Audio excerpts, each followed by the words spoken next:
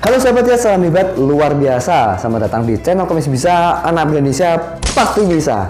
Nah teman-teman, di video kali ini kita akan membahas tentang balas dendam terbaik ketika Anda diremehkan atau ketika Anda disakiti oleh orang-orang di sekitar Anda. Oke, selain satu ini.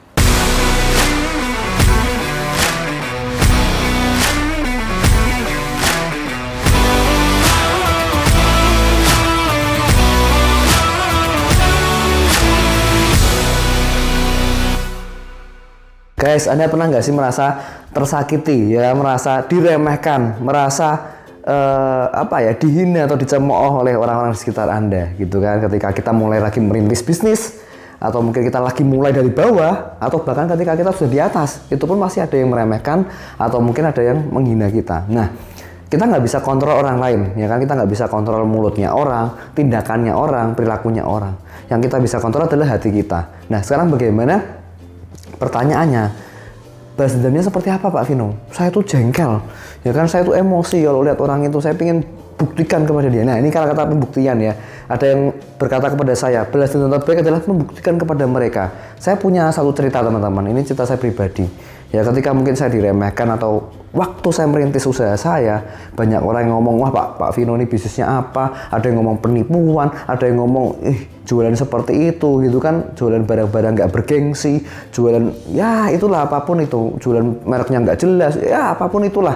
Ya kan, orang-orang yang mungkin sinis atau nggak suka dengan apa yang kita lakukan, itu biasa banget. Nah, lalu saya, saya akan buktikan kepada mereka, ya kan. Karena katanya balas dendam terbaik adalah pembuktian. Saya akan buktikan kepada mereka bahwa saya ini bisa, bisnis saya ini berkembang. Nah, terbukti teman-teman, ketika saya berkembang, bisnis saya maju, ya kan, saya bisa membuktikan gitu ya, bahwa ini loh.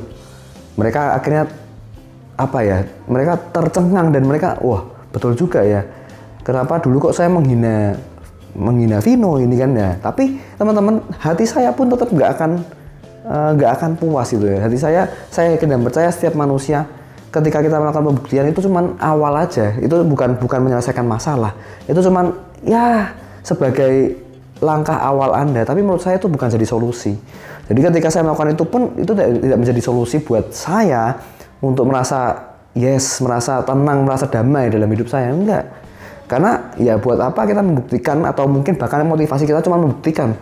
Ya kan, motivasi kita banyak yang lebih menurut saya mendasar atau mungkin lebih mendalam daripada cuma sekedar pembuktian kepada orang lain. Karena kalau kita cuma motivasi membuktikan orang lain, ketika kita sudah berhasil dengan membuktikan orang lain, maka kita akan stagnan, kita akan berhenti di situ, kita nggak jadi apa-apa teman-teman. Nah, kita akan ganti sekarang.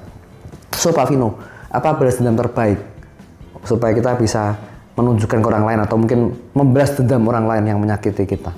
Saya ngomong nggak ada pembuktian atau mungkin nggak ada balas dendam yang terbaik menurut saya. So jangan balas dendam teman-teman. Tapi saya akan kasih solusi. Ya mungkin kalau Anda mikir, saya ingin membuktikan Pak, itu cuma awal aja. Itu cuma mungkin langkah awal ketika Anda mungkin emosional, ya sudah buktikan, nggak apa-apa. Itu nggak jadi masalah. Tapi setelah itu, ya kan, Anda harus punya satu prinsip gitu ya. Dan ini saya rangkumnya dengan namanya 4M. Lalu apa Pak Vino? Ketika saya sudah bukan nggak boleh membuktikan ya, tapi ketika saya sudah membuktikan, hati saya tetap nggak damai, tetap ya seperti itu. Nah, ini ada 4M teman-teman yang membuat hati kita damai dan kita bisa nggak perlu yang namanya balas dendam tadi. Oke? Yang pertama yaitu memaafkan. Nah, memaafkan ini memang tidak mudah, ya kan? Mengampuni orang yang bersalah kepada kita.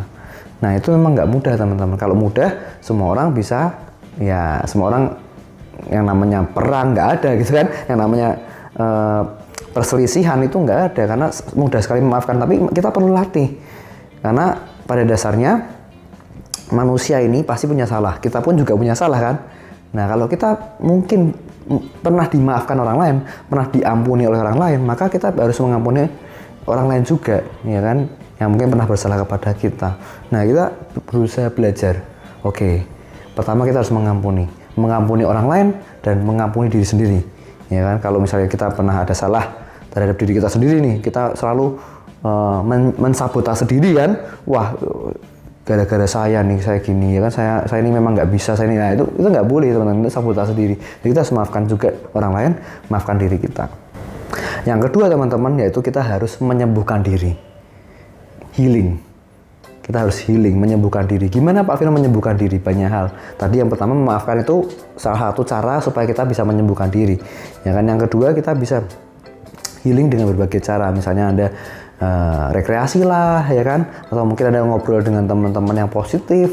Mungkin Anda bisa baca kitab suci Anda lah, ya kan? Atau mungkin Anda mendekatkan diri kepada Yang Maha Kuasa. Ya, Anda bisa secara spiritual baik. Nah, itu akhirnya bisa kita healing dengan baik ke depannya. Nah, kita harus menyembuhkan diri sendiri. Ya, teman-teman ya. Jadi memaafkan, menyembuhkan diri sendiri. Lalu yang ketiga harus move on. Kita harus move on dengan masalah yang ada, dengan situasi yang ada. Mungkin ada orang yang seperti itu pilihan mereka, itu terserah mereka. Ya, tapi kita harus move on. Kita nggak perlu mikirin itu terus, mikirin orang yang menyakitin kita. Kalau semakin kita memikirkan orang yang menyakiti kita, teman-teman, ya kan, kita semakin jengkel, maka kita sendiri yang sakit. Kita sendiri yang nggak akan sehat. Orang yang kita pikirin ini aja dia nggak mikirin kita, paham maksudnya? Dia aja nggak pernah mikirin kita, dia pun malah mengejek-ngejek dan setelah itu lupa. Setelah itu dia nggak ingat, oh aku pernah mengejek ya. Kan mulut manusia seperti itu kebanyakan, ya kan? Setelah ngucap dia lupa, bahkan itu ternyata menyakiti kita. Nah, lebih baik kita ngapain mikirin orang seperti itu? Orang itu pun nggak mikirin kita. Nah, makanya kita harus move on.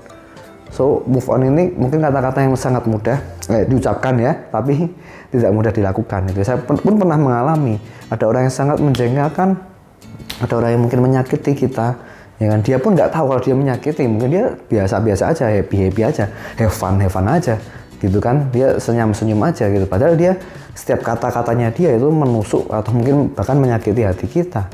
Tapi ya kita buat apa mikirin seperti itu kan? Kita harus move on. Oke? Yang terakhir, ini yang menurut saya paling penting teman-teman, yaitu M yang terakhir. Memastikan kalau Anda tidak menjadi orang yang seperti itu. Nah, kita sudah bisa memaafkan, ya kan? Kita bisa healing, menyembuhkan diri sendiri. Setelah itu kita bisa move on. Dan yang terakhir ini sangat penting sekali. Ketika Anda bisa lakukan itu, Anda harus memastikan bahwa Anda nggak akan jadi orang yang seperti itu. Anda akan jadi orang yang berbeda dengan orang-orang yang mungkin menyakiti Anda. Mungkin orang boleh menyakiti kita, tapi kita tetap harus bisa mengasihi orang lain.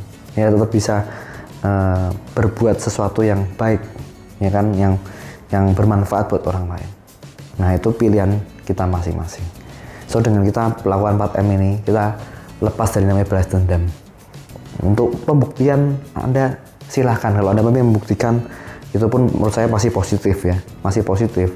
Tetapi ketika kita merasa masih belum puas atau bahkan bisa stagnan di situ karena motivasi kita ketika kita berhasil itu cuma membuktikan ke orang, itu tidak akan bisa menjadi satu terobosan dalam hidup kita atau menjadi potensi maksimal dalam hidup kita. Kita harus tutup buku kita balas dendam, no, ya kan, kita lupakan balas dendam kita lakukan 4M tadi. Yang pertama yaitu memaafkan, yang kedua kita bisa menyembuhkan diri sendiri, yang ketiga kita move on, ya, lalui itu, lupakan, yang keempat kita bisa memastikan bahwa kita nggak jadi orang yang seperti itu. Itu sudah sangat cukup, itu sangat berguna buat diri sendiri dan buat masyarakat atau lingkungan sekitar Anda. Oke, mungkin video ini bisa bermanfaat buat teman-teman yang hari ini merasa tersakiti, merasa diremehkan, merasa ya ditinggalkan oleh teman-teman Anda, atau Anda merasa, waduh, kenapa hidup saya ini seperti ini ya, banyak orang yang mungkin nggak senang sama saya sekarang misalnya gitu. Ya, coba Anda hari ini belajar, kita nggak perlu balas dendam ya. Kalau kita tahu apa yang kita lakukan benar, apa yang kita lakukan ini betul-betul memang untuk apa ya, suatu kebaikan atau kebenaran, maka kita nggak perlu khawatir ya, entah itu orang lain seperti apa daripada kita. Oke, gitu aja teman-teman sharing dari saya, semoga ini bermanfaat. Kalau suka video ini, share ke teman-teman Anda, berikan komentar positif, jangan lupa klik subscribe, aktifkan loncengnya, dan selalu salam hebat luar biasa.